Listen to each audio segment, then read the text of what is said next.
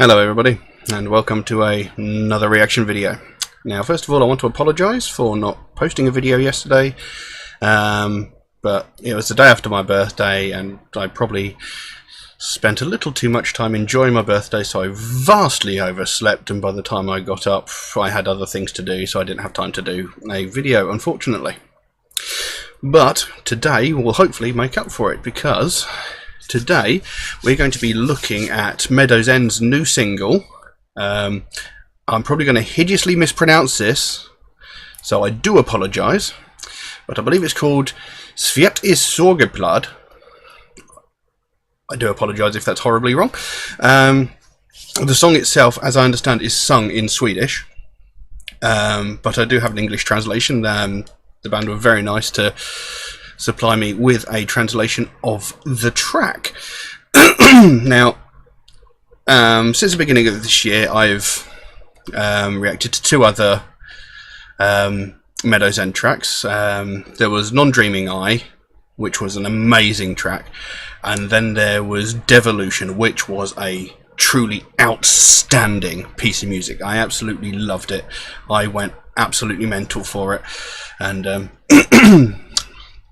I'm hoping that this is going to be of a similar quality. Now, as I understand it, this is actually a slower song, more of a sort of ballad-esque type of song, but I'm not sure. This is from what I understand. Excuse me. I'm very much looking forward to this track. So I think we won't hang around for very long. I will put a link to the original video in the description below. And I think we'll just get straight into the song. So yes, this is Meadows' newest track, Svept in Sorgepläd. I'm hideously butchering that, I just know it. So let's get straight into it, see what it's like.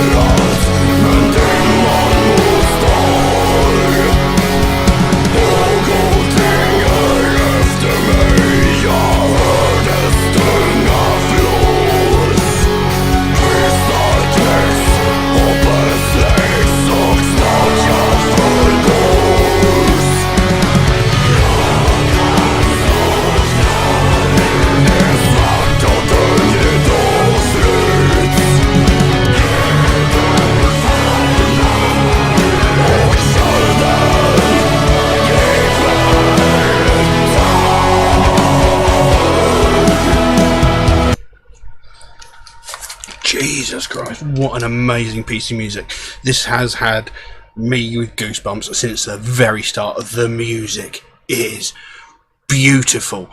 It's an outstanding piece of music, very different from the first two tracks that we've heard off the upcoming album, The Grand Antiquation, which is coming out in March. A brilliant piece of music, and the the tone of the music, it's completely different. The whole tone of the song, very, very different and utterly amazing. Now, reading the lyrics here, it seems to be talking about the moments just before death, you know, waiting for death to come to you. And the song opens, "As I await my doom, I stare upon the gloom, slowly fading away. To draw the last breaths, approach the glare of death and serenity's fold. Wrath and fear, my life is sheared." So there, you know, it says that, "As I await my doom, I stare upon the gloom." So it's like, as he's waiting for death, he stares into the ever-encroaching darkness that will be, you know, the end of his life, slowly fading away to draw the last of breaths and approach the glare of death. So, you know, you can feel the life fading, and, you know, his breath is becoming ragged and shallow, and, you know, he knows soon he will be staring death in the face. Beautiful opening lines. It's a beautiful meaning to the song, and it's very well written. And then it goes into what I can only... Well, I can't even call it a chorus. It's like the next verse. It goes, "Cloaked in sorrow's wreath, my breath tears hard at my ragged throat, and the pulse stampedes inside. I try to focus a panicked stare, but the mists do abide. Something coarse is after me. I hear its ragged gasp. Sorry. I catch its smell. Hope dispels, and I'm soon in its grasp. The flame now flickers, the final curtain's clothing, fervour falters, shackled by stinging cold. Darkness creeps up all around, a welcoming embrace. It holds me oh so tenderly when caressing my face." Some of those lines are just phenomenal. They're beautifully written. So you got, "Cloaked in sorrow's wreath, my breath tears hard at my ragged throat, and the pulse stampedes inside." So, you know, cloaked in sorrow's wreath, you know, there's all the feelings of probably regret of maybe things he hasn't done in life. There's all the people around him that are like saddened by the fact that he's approaching the end of his life. Excuse me, my throat is really dry. It says, "My breath tears at my ragged throat, and the pulse stampedes inside." So, like, as his breath becomes harder, you know, maybe his throat's getting dry and it's possibly painful to breathe, and, you know, his pulse is pumping really fast to try and get oxygen around his body to try and keep him alive. Now, "I tried to focus a panic stare, but the mists do abide." You know, he's trying to, you know, he knows he's dying, but there's still going to be this sense of panic as you feel your life disappearing. It goes, "Something courses after me, I hear its ragged gasp." So it's like he can hear, you know, he can feel death approaching him. You know, then there's that old thing, the death rattle, you know, of death as it's catching up to you. "I catch its smell, hope dispels, and I'm soon in its grasp." So there's often associated the smell of death, and, you know, he can hear it behind him. He knows it's there, and, you know, there's this scent. You know, he can almost smell death upon him, and, you know, all hope that he might survive, might live, just disappears, and he is within the grasp of death. The flame now flickers, so it's like the idea of, like, life being a flame on a candle. You know, it's flickering, so it's about to gutter out and just disappear. The final curtain's closing, fervour falters, shackled by stinging cold. And then I love these two lines. "Darkness creeps up all around, a welcoming embrace. It holds me oh so tenderly when caressing my face." So it's like, as he dies, you know, everything fades to darkness, and whilst he may have been afraid of it, you know, it's also a release. You know, there's a sort of sense of peace, and, you know, he feels almost warm and safe in knowing the fact that he's dying peacefully and whatnot. That's what it seems to be saying to me anyway. But it's a beautiful piece of music. I think we'll carry straight on, because I've waffled on quite a bit about those lyrics. So let's carry on.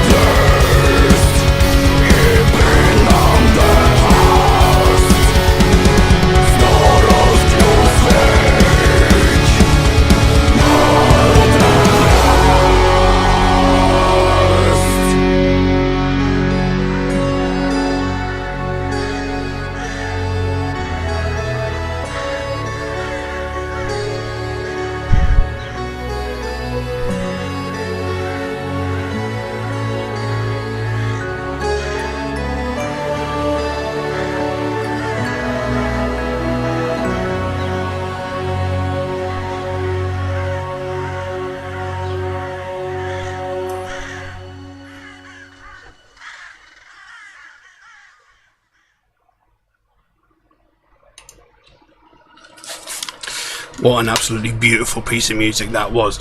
It appears also that when I paused it before, I read lyrics ahead of where I was in the song. But it carried on, and it went back to the first verse there. As I await my doom, I stare upon the gloom, slowly fading away. To draw the last of breaths, approach the glare of death and serenity's fold. Wrath and fear, my life is sheared, cloaked in sorrow's wreath. Now, as I understand it, Cloaked in Sorrow's Wreath is the name of the song, I think. Because when I tried to translate what Svept in Sorgepläd means, Sorgepläd? I don't know. It said wrapped in Sorgepläd. It didn't translate that bit, so I can only imagine that the Sorgepläd is Sorrow's Wreath, so I imagine Cloaked in Sorrow's Wreath is the name of the song. Then carried on, grunting hard while shivering, I come back to the light. Shadows greet me eagerly with ravens' fast flight. My throat is aflame, clawed in all haste, the noose not failed, completely effaced. So grunted hard while shivering, I come back to the light. So is this possible that the person himself is at an execution rather than actually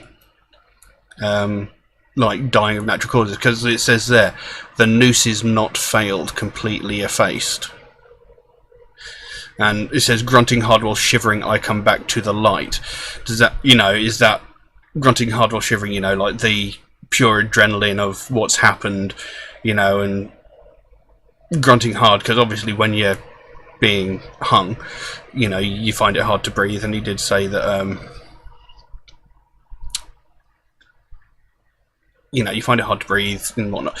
But it says that grunting hard while shivering, I come back to the light. Is that like when he's been hung, the knot has failed, the noose is broken, he's fallen to the ground, whilst he's been marginally strangulated, whichever, he's grunting, and then it says, shadows greet me eagerly with ravens' fast flight. I'm not entirely sure about that bit. And then it goes, my throat is aflame, clawed in all haste. Now, obviously, his neck is going to be really sore, there's going to be the sudden constriction of the noose, and it's going to, choked him quite badly, and clawed in all haste. Is that him, like, clawing at the noose to pull it off? And then it says, the noose is not failed, completely effaced. So is this a, like I said, it's a song that seems to be approaching death, but is it a guy facing his own death, approaching death at the hands of an executioner? I'm not entirely sure, but that's what the last couple of lines seem to say. But I will say the song itself is beautiful. There was an absolutely astounding solo in there. It was beautiful. The music was amazing. The vocals, as always, brilliantly performed. The song itself was utterly fantastic. Beautiful piece of music. I really love it. I really can't wait to hear the whole album. Because a few days ago I actually bought the entire Meadows back catalogue, and whilst I had heard some of the music, I've now got everything as far as I'm aware. There might be some EPs and singles that I haven't got, which I must look into finding. But yeah, that was a fantastic piece of music. It's so different from the first two tracks that I checked out. Really good, really beautiful. I love the words, and if I've got the meaning right, I really love that too. A guy facing his death with all the regrets and stuff of what he may have done in order to be in this place where he's being executed. Or it could be that he's on death's door of natural causes, and when it says the noose not failed, he could be just talking about, like, death wasn't ready to actually take him yet, so he's been granted not so much a new lease on life, but an extended period of time in which he can live. I'm not sure, but an absolutely beautiful piece of music. Great song. Absolutely loved it. Very good. Some very good elements of the melodic death metal in there, the keyboards and everything. It was just astonishingly good. Really good. but I'll leave that as it is. Yeah, I will be getting back to my regular list as normal, so if anybody would like to suggest a track for me to react to, then please do so by all means. You can drop a comment in the comment section below, or you can message me on my Facebook or my Instagram with suggestions, but do note that it may take some time to get around to your suggestion, as you know, I get suggested dozens of tracks every single day, so the list gets much bigger every day, and it grows faster than I can record videos, unless I recorded 12 videos a day, and I just don't have the time or resources to do that. Also, Metalhead Reacts is a very proud supporter of the Sophie Lancaster Foundation. They are a British-based charity who are aimed at putting an end to hate crimes, mostly towards people of the alternative subculture, but they do take into, they do want to stop all hate crimes, because the whole idea is, I think, is a very worthwhile cause, because nobody should be made to feel fear for their life just because of the way that they live their life. I mean, as long as the way you live your life is inside the law, no one has any right to tell you how to live. No one has any right to stop you living your life the way you want. And they certainly and absolutely do not have any right to physically or verbally abuse you just because you're different to them. It's happened to me on many occasions. It's happened to many of my friends in the past, and there's no justification for it. There is no good reason anybody could possibly give for verbally and physically attacking someone just because they're different. So yeah, I personally think it's a very worthwhile charity, and the kind of cause that gets overlooked, I think, because obviously you've got all these other really worthwhile charities like the like stopping cruelty to children, helping women who have been victims of domestic abuse, cancer, saving animals. All of these things are very worthwhile charities, but I think things like this one, like the Sophie Lancaster Foundation, I think they get overlooked because people don't really think about it too much, because they don't want to get involved, as it were, because this involves the law rather than money for research and stuff like that. And I think it's something that definitely needs to be addressed, and it needs something done about it. And they need the support and help of other people to accomplish their goal. So if you want to find out more about the Sophie Lancaster Foundation, there is a link to their website in the description below. If you can just pop over there, find out what they're doing, find out what they're up to, find out what their goal is, because they can explain it much better than I can, because I just ramble on. And if you feel compelled to do so, maybe pick up some of their merch. Even just getting one of these, I think it's £1 bracelets, it's helping. Tiny little bit of help, any help is just fantastic. They do have other things on there that you can get as well. I believe there's t-shirts and stuff like that, and they've got this wristband here. I think it's very worthwhile, so if you can help in any way, that would be absolutely fantastic. But I'm going to leave that as I'm going to leave that as it is for the time being. Thank you all very much for watching, and I will see you again soon. Bye bye.